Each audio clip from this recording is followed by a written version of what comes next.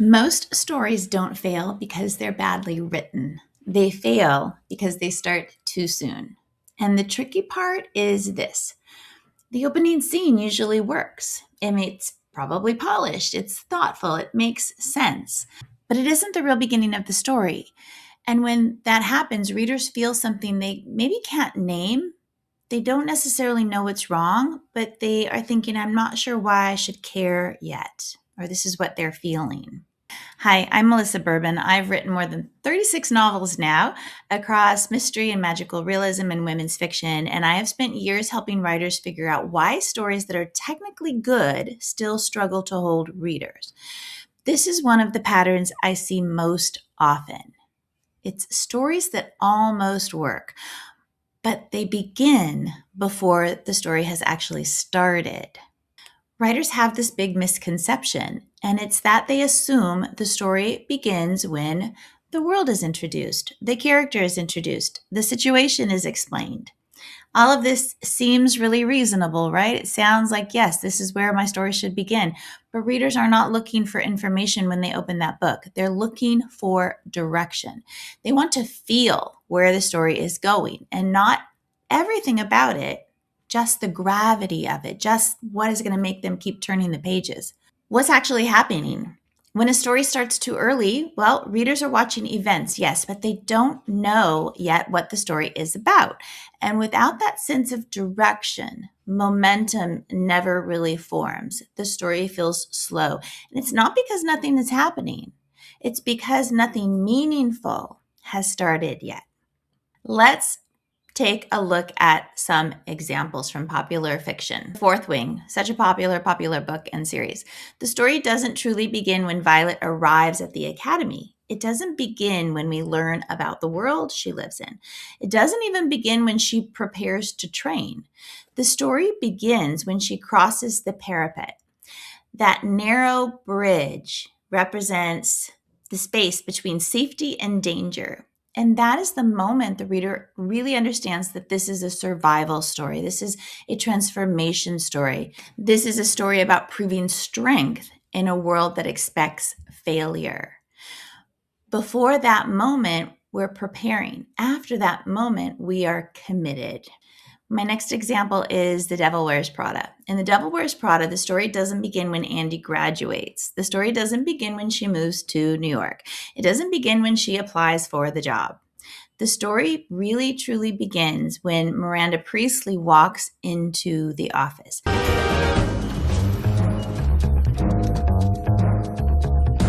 That is the moment the tone shifts.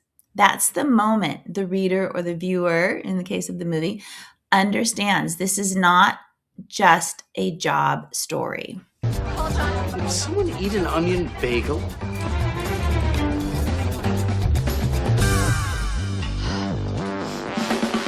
This is a story about pressure, identity, and transformation. Everything before that is setup. The moment she walks in launches the story. In The Silent Patient, my third example, it doesn't begin with Alicia's arrest. It doesn't begin with the investigation.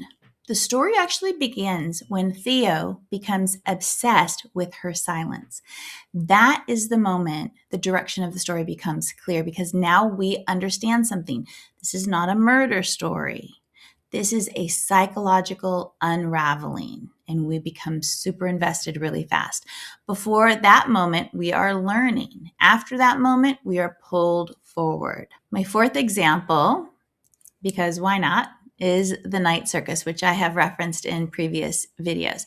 In The Night Circus, the story doesn't begin when the circus appears. It doesn't begin when the characters are introduced. The story actually begins when the game is revealed, the competition between the magicians, because that is the moment the reader understands that this is not just a magical world. This is a contest. It's a destiny. It is also a trap. And that moment gives the story solid direction. From my own work, this is something I've experienced. In early drafts, I have open scenes that explain the world. They might be beautifully written. They might show atmosphere and history and relationships, but they didn't reveal the direction of the story. And when I revised those openings, not by adding action or by moving the starting point forward, everything changed. That's when agents responded differently. That's when editors responded differently. That's when readers stayed longer because the story finally made sense and it had gravity and it held the promise. Here's the lens that helps writers see this clearly. The beginning of your story is not the first event. It is the first irreversible change.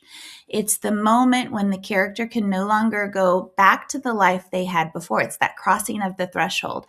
That's the real beginning. Up until then, we get the ordinary world. We have the call to adventure, the refusal of the call, but that crossing of the threshold, that's when the story begins. If you want to test your opening, ask yourself this question. What is the first moment when my character's world truly shifts? Not when something happens, but when something changes. If you removed everything before that moment, would the story still make sense? If the answer is yes, your story probably starts there. Here's the bottom line. Stories don't lose readers because the writing is weak. They lose readers because the story hasn't started yet. And that's what you have to determine. Where does your story start?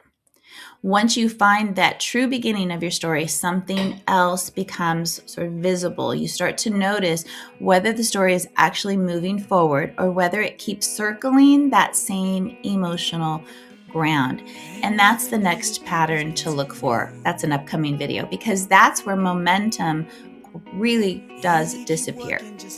If you want more on openings, make sure you watch this video next on first chapters.